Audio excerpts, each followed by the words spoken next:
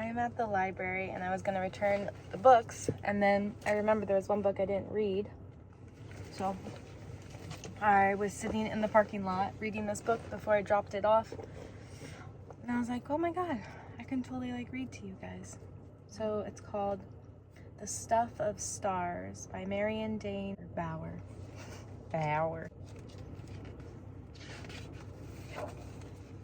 In the dark, in the dark, in the deep, deep dark, a speck floated, invisible as thought, weighty as God. There was yet no time, there was yet no space, no up, no down, no edges, no center. No earth with soaring hawks, scuttling beetles, trees reaching for the sky. There was no sky, no you, no me, only the speck, waiting, waiting.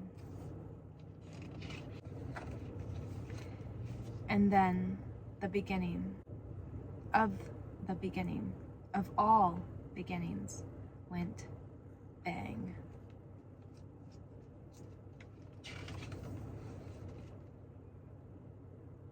And in a trillionth of a second, our universe was born.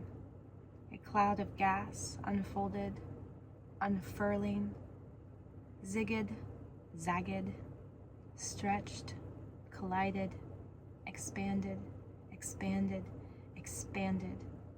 Bits bumped, gathered, and fused. And throughout the cosmos, stars caught fire.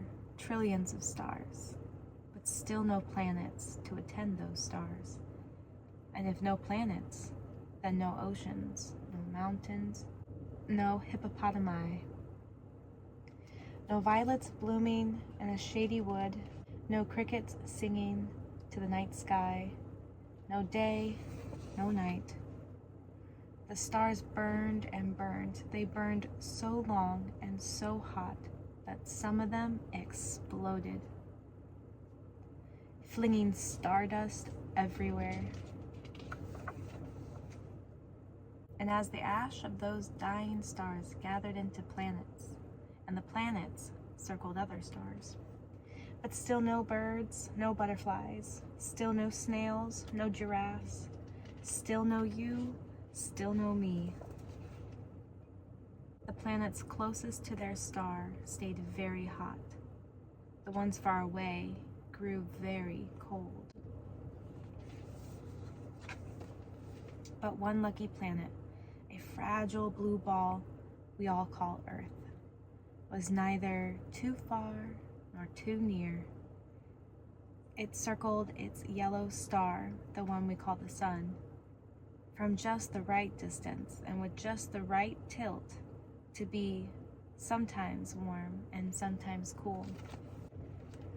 Perfect for turning that starry stuff into mitochondria, jellyfish, spiders, into ferns and sharks, into daisies and galloping horses. Again and again, stardust gave birth to stardust.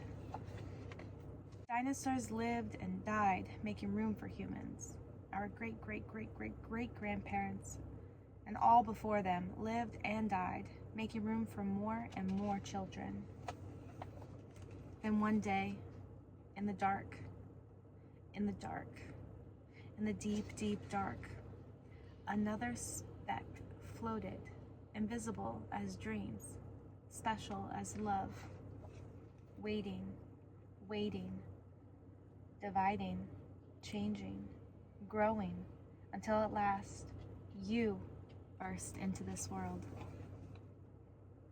You took a big breath of the same air once breathed by woolly mammoths. You cried tears that were once salty seas.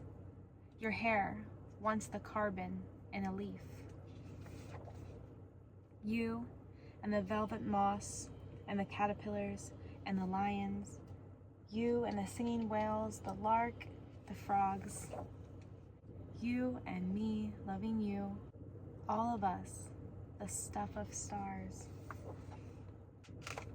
The end.